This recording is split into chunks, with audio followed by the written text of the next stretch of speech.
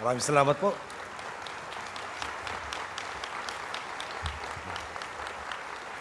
Kunting, maupo tayo lahat. Mr. Robert McDonald, Ms. Deborah Henretta, Mr. Sidik Tetik, Governor Pelayo Recalde, managers and employees of Procter & Gamble Company, fellow workers in government, distinguished guests, mga minamahal ko pong kababayan, magandang gabi po sa inyo lahat. One of my severest critics happens to be my youngest sister. Not only in terms of what I wear, but sometimes she does compliment me. And one of the compliments that she has bestowed upon me recently was she said rather that I have relatively good skin.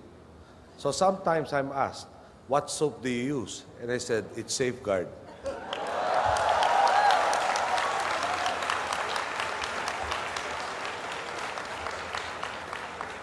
And I guess in 5 years or so, 5 or 6 years' time, I will be probably your client for Downy also.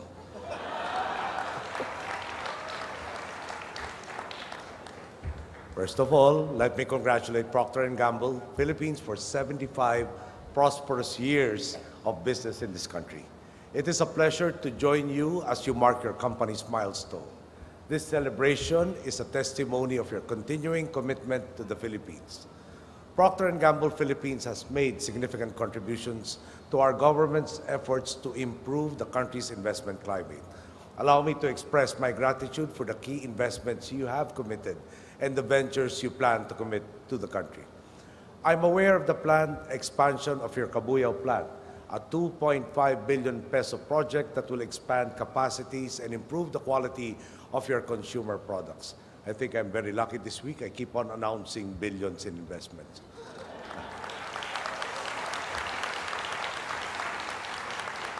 Hopefully, it will not be just opposed to billions in population growth. This expansion is a concrete indication of your company's creativity, initiative, and dynamism. Our economy's growth is reflected in your company's growth. You are proof of the continued confidence placed by foreign investors on the strengths and capabilities of the Filipino people and its government. The manufacturing sector is a key component of our economy. In the second quarter of 2010, it contributed around 83 billion pesos, the equivalent of 22% of the gross domestic product, and a 12% increase over the same period last year. The industry's success shined through with the Filipino as well. As per the labor force survey of the National Statistics Office conducted July 2010, almost 3 million individuals earned their living from the manufacturing sector. This is 8% of the country's total labor force. For over 7 decades, Procter & Gamble Philippines has touched the lives of millions of Filipinos. Your investments have created jobs, nurtured families, and generated revenues for the government. As we continue to improve business confidence in the country, I look forward to increased investments from you if possible. In previous years, our nation was mired in a culture of greed and corruption. As a result, the people lived in a dark hole of cynicism and hopelessness. But today, our nation has reawakened to a new dawn of optimism and confidence through a government that is sincere and committed to serve its people with integrity and transparency. The world is beginning to see the Philippines in a new light as a people committed to doing right and capable of transforming our country into a better place where opportunity abounds and business can indeed prosper. Nowhere is this more apparent than in our promotion of public-private partnerships. With the government clearing the way, private enterprise will be able to operate in a climate that will allow it to grow and contribute to the alleviation of poverty. This week, the first 10 infrastructure projects will be offered for investments that are ready for rollout in 2011. I'm confident that investors will see the value of these projects and the incentives we are providing, and there will be more to come. The details will be unveiled later this week at the PPP conference. But the bottom line is that we are leveling the playing field for businesses, cutting red tape, streamlining processes, undertaking the prioritization of key industries, as well as developing and implementing region-based promotion programs so we can maximize local opportunities and opportunities from international trade and investment agreements. These initiatives put more substance to our battle cry, kung walang korap, walang mahirap. These new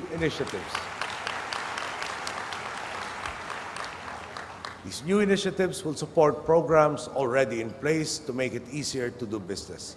The Department of Finance has established a website called perangbayan.com, which receives feedback from citizens on the performance of civil servants, as well as relevant information on graft and corruption.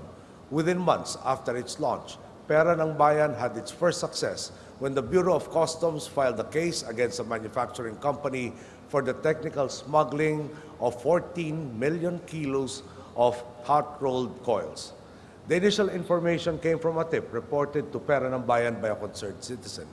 It doesn't end there. As of October, the BIR has filed 15 cases against tax evaders under the Run After Tax Evaders programs, involving more than 8 billion pesos. While the BOC in turn has filed 11 cases against smugglers under the Run After the Smugglers or RATS program, involving more than 35 billion pesos. For its part, the Department of Budget and Management has posted on its website all lump sum disbursements in order to promote greater transparency and accountability in the handling of the people's money. Through zero-based budgeting, it is eliminating waste by cutting funding for programs that are not effective and increasing allocations for programs that have been proven to work. Make no mistake about it. This administration is serious in its efforts to create a strong, competitive, and sustainable economy. But as we work to help businesses grow and ensure the prudent use of government resources, I call on the private sector to share in the responsibility. This is a gentle reminder to pay the right taxes and be responsible corporate citizens. And indeed, Procter & Gamble is an example of a responsible corporate citizen.